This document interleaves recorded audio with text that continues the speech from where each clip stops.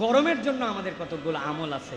আমি আপনাদের কাছে 6টা বিষয়ের দিকে দৃষ্টি আকর্ষণ করব যে এই গরমকালেও আমরা আল্লাহ রাব্বুল আলামিনের কাছ থেকে কিভাবে রিওয়ার্ড পেতে পারি। গরমের দিনের প্রধান আমল, সবচেয়ে বড় আমল, নবী করিম সাল্লাল্লাহু আলাইহি ওয়াসাল্লামের কাছে এসে জিজ্ঞাসা করছে, ইয়া রাসূলুল্লাহ, সর্বোত্তম আমল কি?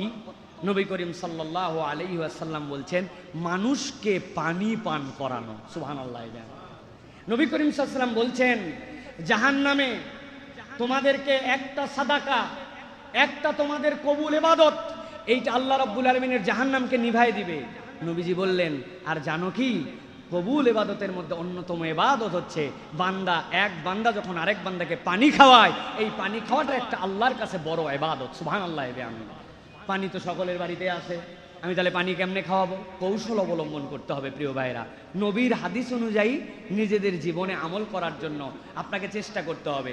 আপনার বাড়িতে একটা 5 লিটারের জার্কিং আছে, 10টা লেবু কিনে নিয়ে গেছেন, হাফ কেজি চিনি নিয়ে গেছেন, যাওয়ার পরে একটু ফ্রিজের থেকে 2টা লিটার পানি ওর সাথে মিশাইছেন, মিশে আপনি দারুস সালামের রাস্তার সামনে আসছেন, ওয়ান টাইম গ্লাস দিয়া আমার সিএনজিওয়ালা ভাই যাচ্ছে, আমার পথিক যাচ্ছে, আমার যেই লোকের হয়তো বাড়িতে পানিও আছে সেও যাচ্ছে, আপনি তাকে 10 জনকে আমার নবী বলছে এই সময় পানি খাওয়ানো, দেখবেন ওই মানুষটা পানি খাবে আর আপনার জন্য দোয়া করবে, তার অন্তরের মধ্যে তৃপ্তি আসবে।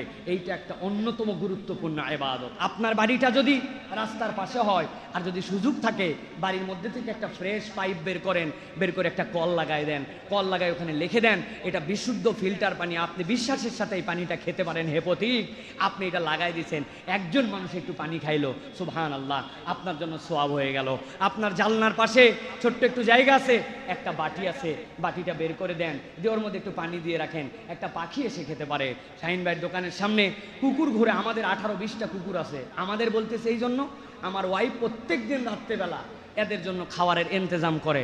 এগুলো হচ্ছে আমার 18টা কুত্তা, একই কালার সবগুলা, বাইরে থাকে, আপনারা দেখবেন এই মহল্লায় ডিস্টার্বও করে খুব, কিন্তু এদের সবগুলাকে আস্তে আস্তে করে আমরা নিয়ন্ত্রণে আনার চেষ্টা করেছি। এই যে সে এটা খাওয়ায়, এই সময় কুকুরের জিহ্বা বেরিয়ে গেছে, আপনি প্রাণীটার জন্য একটা বালতির মধ্যে একটু পানি দিয়ে দিয়েছেন, এসে পানিটা খেয়ে নিছে। পানি খাওয়ানো প্রাণীকে, এটা হচ্ছে গরমের ইবাদত। শীতকালে আপনি চাইলেও এই শরবত দিয়ে আপনি মানুষকে খাওয়ায় তৃপ্ত করতে পারবেন না। অতএব একটা বোতল আপনি পানি মুখে লাগাই খেলেন না, এক বোতল আমার না হলেও চলে, পেয়ে গেছি আমি এক বোতল না, আমি একটু উঁচু করে খেলাম, কারো অস্বস্তি হতে পারে এই জন্য। যদিও মুসলমানের এই ঝুটা নিয়ে আমাদের কোনো অসুবিধা নাই, কিন্তু আমি অর্ধেক খেয়ে বললাম, ভাই আপনি একটু খান ভাই।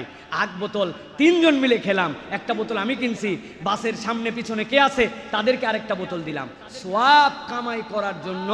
এটা হচ্ছে আল্লাহ রাসূল সাল্লাল্লাহু আলাইহি ওয়াসাল্লামের দেখানো গরমের একটা ইবাদত। আল্লাহ আমাদেরকে তৌফিক দান করুক, বলেন আল্লাহুম্মা আমিন। লজ্জা পাওয়ার কিছু নাই, আমি আমার বাড়ির থেকে শরবত বানাই, মহল্লায় খাওয়াই, দারুস সালামে খাওয়াই, ওইখানে যায় খাওয়াই, মানুষ কি বলবে?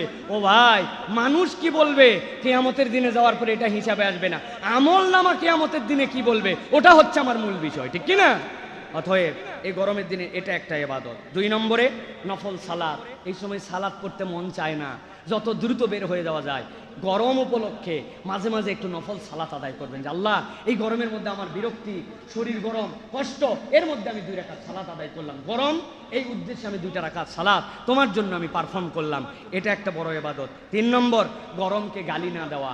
এটা আমাদের খুব বাজে অভ্যাস, গরমের বাচ্চা গরম, শালার গরম শেষ হয় না, আছে না ভাই? বুঝানোর জন্য বললাম, তাছাড়া তো আপনি বুঝবেন না যে গরমকে আবার গালি দেয় কেমন করে।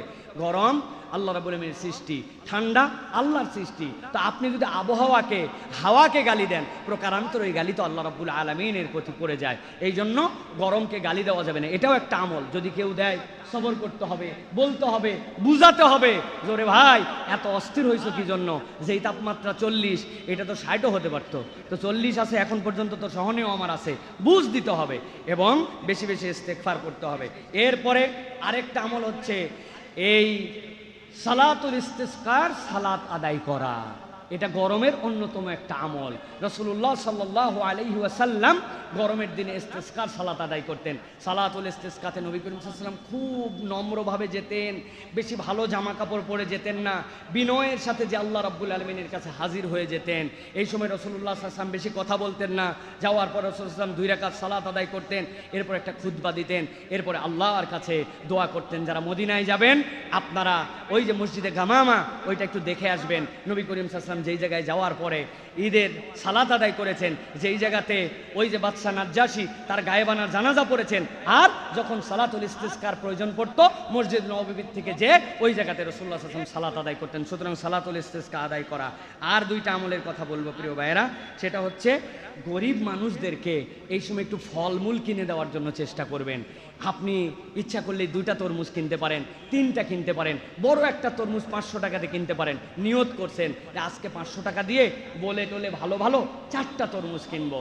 একটা আমার রিক্সা প্যাডেলার ভাই, একটা আমার পথিক ভাই, একটা আমার ব্যবসায়ী, একটা আমার পরিচিত লোক, আমার যেটা মন চাইছে ভাই এই তরমুজটা আপনি নিয়ে যেয়ে খাবেন ভাই। এই রমজানে এই এখন পর্যন্ত শত শত তরমুজ আমরা সাবার করে ফেললাম। একটা তরমুজকে আমার পক্ষ থেকে একটা ফল হিসাবে হাদিয়া পেতে পারে না? একটা কমলা কি আমি একজনকে হাদিয়া দিতে পারি না? আমি কি একটা ফলমূল একটা গরিব মানুষকে খাওয়াতে পারি না? আমের সিজন আসতেছে, লিচুর সিজন আসতেছে, টার্গেট করবেন আমি 1000 লিচু খেতে পারি, 100টা লিচু আমার দানের তালিকায় থাকবে। আমি 10 মণ আম খেতে পারি, 1 মণ আম আমার দানের তালিকায় থাকবে। আমি 10টা আম খেতে পারি, অর্ধেকটা আম আমার দানের তালিকায় থাকতে পারে। আমার অত দেওয়ার ক্ষমতা নাই, কিন্তু আমার এই ডোনেশন করাটা, এই ফল ফ্রুটস হাদিয়া দেওয়াটা, এটা গরমের একটা ইবাদত। আর একটা বিষয়ে সতর্ক থাকতে হবে, গরমের দিন মানুষের গায়ের গন্ধ হয়, ঘামের গন্ধ হয়, আমার এটার দ্বারা যেন অন্য কেউ কষ্ট না পায়।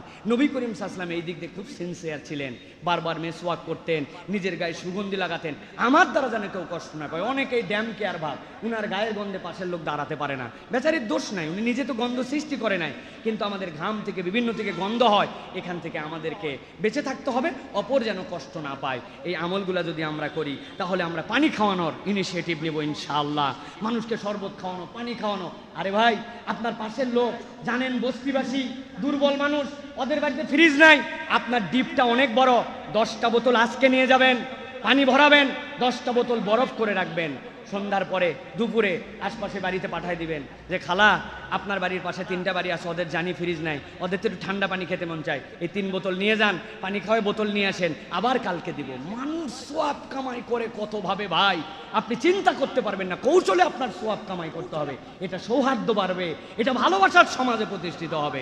2 নম্বর বলেছি আপনাদের জন্য বেশি বেশি ইস্তেগফার করা, নফল সালাত পড়া, গরমকে গালি না দেওয়া, বৃষ্টির সালাত পড়া, গরিব দুঃখীর মাঝে ফলমূল বিতরণ করা, সাধ্যের মধ্যে থাকলে নিজেরা সুগন্ধি পরিপাটি থাকার চেষ্টা করা, আর আসরের সালাত এই গরমের সময় ডিলে করে একটু পড়া, এটাও আমাদের জন্য গরমের আমল। আল্লাহ আমাদেরকে বেশি বেশি এই আমলগুলি করার তৌফিক দান করেন, বলেন আল্লাহুম্মা আমিন।